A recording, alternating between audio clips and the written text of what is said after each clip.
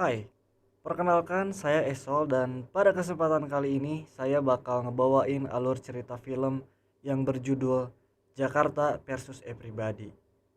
Film ini menceritakan tentang seorang pemuda yang hidup di perantauan Jakarta demi menggapai mimpinya menjadi seorang aktor terkenal. Namun di dalam perjalanannya itu ia justru terjerumus ke dalam dunia hitam ibu kota dan menjadi pengedar narkoba. Penasaran? Tanpa banyak cincong, kita langsung saja ke alur ceritanya. Film diawali dengan memperlihatkan seorang aktor tambahan bernama Dom yang diperlakukan tidak adil oleh para kru. Yang mana saat ia syuting, ia dihajar secara beneran oleh kawan mainnya. Sontak Dom yang tidak terima dengan hal tersebut pun langsung menghajar salah satu kru hingga akhirnya ia pun memilih pergi dari lokasi syuting tersebut. Tidak putus asa, Dom lalu mendatangi salah satu tempat casting. Saat ia diminta untuk berfoto hanya menggunakan celana dalam, seketika Dom sangat emosi dan langsung pergi dari tempat casting tersebut.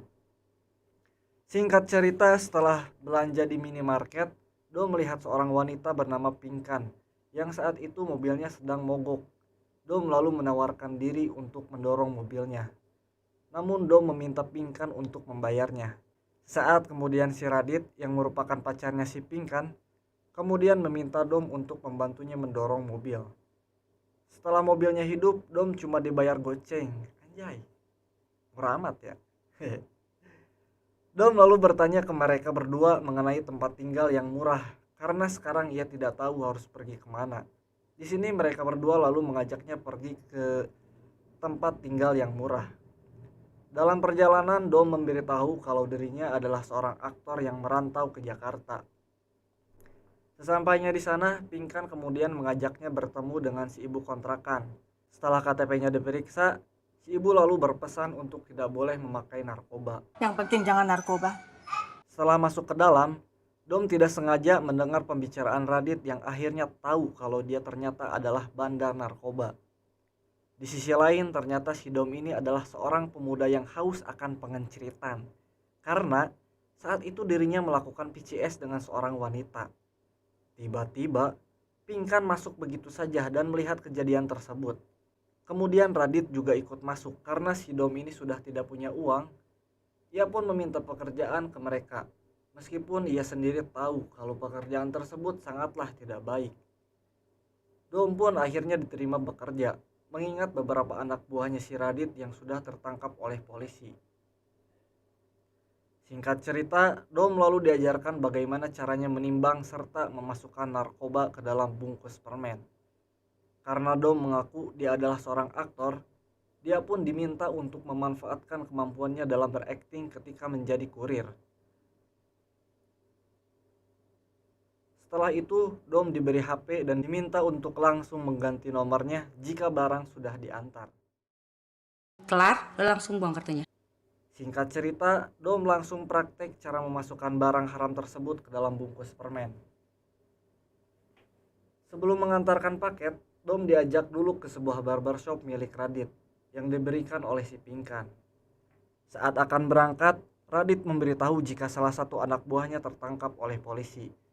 Dan Dom diminta untuk mengantarkan paketnya tersebut besok saja. Keesokan harinya, setelah janjian, Dom kemudian menyelipkan barang tersebut di bangku kereta. Tak lama kemudian, terlihat seorang wanita yang langsung mengambil barang haram tersebut. Setelah paket diambil, Dom langsung membuang nomor HP-nya. Setiap harinya, Dom disibukkan dengan pekerjaan barunya tersebut. Sore harinya, karena pekerjaan si Dom sangat bagus, Radit lalu mengajaknya untuk berpesta narkoba di kamarnya.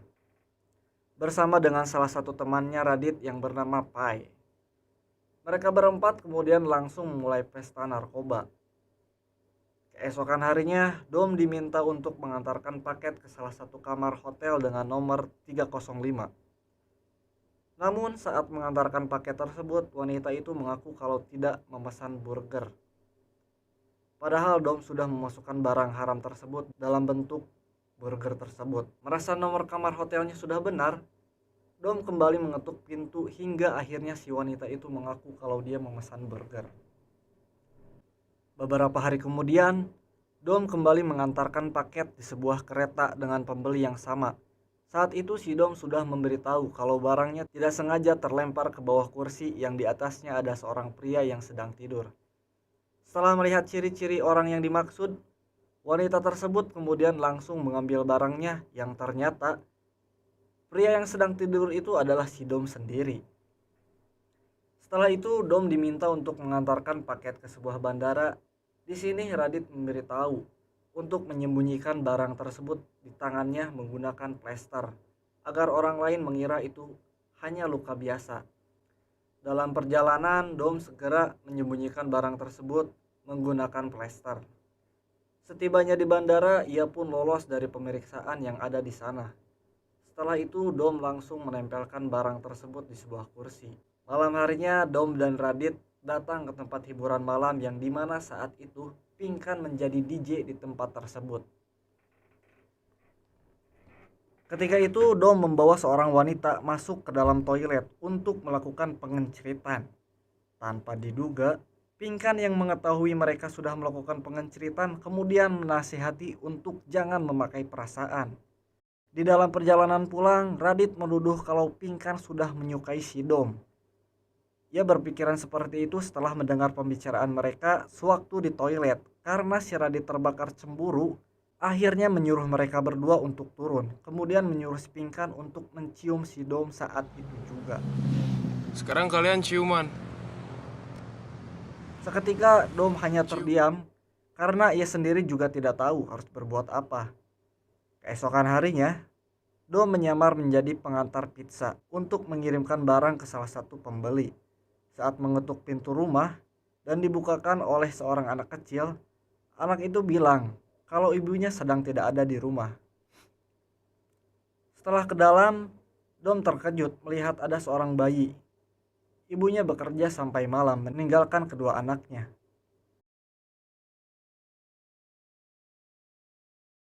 Suatu ketika, Dom kembali diminta untuk mengantarkan barang.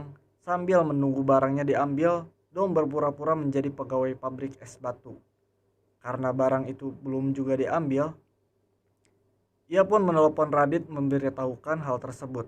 Di sini Radit menyuruhnya untuk cepat pergi.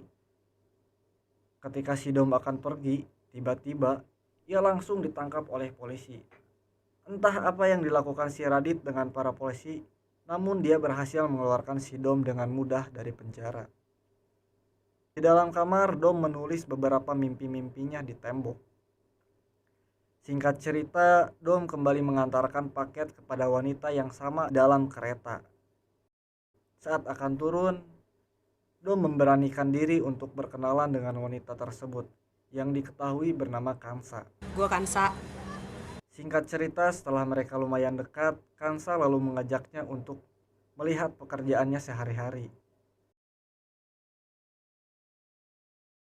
Setelah itu Dom diajak mampir dulu ke kosannya. Di sana mereka saling bercerita tentang kehidupan mereka satu sama lain. Hari demi hari berlalu, hubungan mereka terlihat semakin lebih dekat dan saking dekatnya, mereka pun melakukan pengenceritan.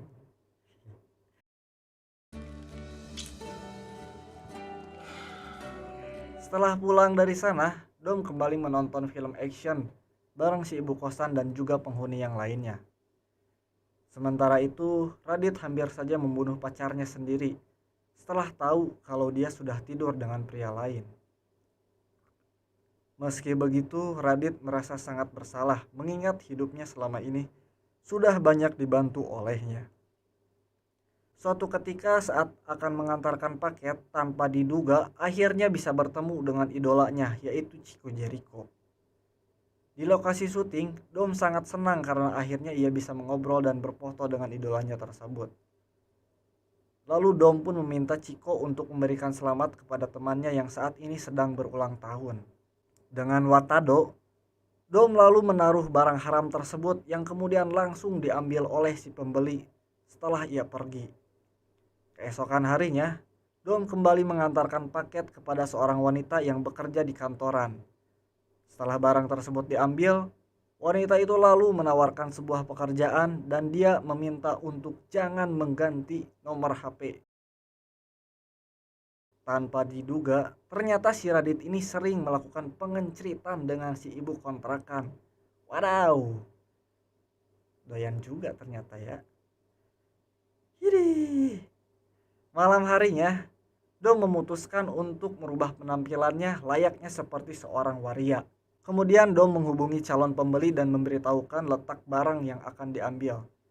Sesaat setelah itu, datang seorang waria yang langsung mengambil barang tersebut. Setelah pulang, Dom seketika menangis, merasa sangat capek dengan kehidupannya yang sekarang. Pagi harinya, Dom meminta izin kepada Radit untuk memperbolehkannya ikut casting. Akan tetapi, Radit langsung mendorongnya, yang mana hampir saja terjadi baku hantam. Setelah itu, Dom mencoba untuk meminta maaf. Setelah masalah ini dianggap selesai, Radit menyuruhnya untuk menjemput Pinkan karena nanti malam dia harus mengambil barang. Singkat cerita, setelah menjemput si Pinkan, Dom lalu mengajak Pinkan pergi ke Ancol. Di sana Pinkan terlihat merasa sangat nyaman dengan Dom. Dan setelah kembali masuk ke dalam mobil, lalu si Dom pun menggarap sawahnya si Pinkan. Anjay. Sepulangnya mereka, Dom yang baru saja selesai mandi, seketika dibuat panik dengan suara tangisan si Pinkan. Alasan ia menangis ternyata si Radit ini sudah tertangkap oleh polisi. Dom kemudian pergi mencari tahu penyebab Radit tertangkap dan ternyata yang sudah menjadi cepu selama ini adalah Pai, teman baiknya sendiri. Di sisi lain kita akan dibuat sangat terkejut bahwa si ibu kontrakan ternyata adalah seorang pecandu berat. Sementara itu Dom akhirnya memilih untuk kembali menggapai mimpinya menjadi seorang aktor terkenal. Sebelum pergi, Dom sempat menemui Pinkan untuk mengucapkan salam perpisahan dan film pun tamat.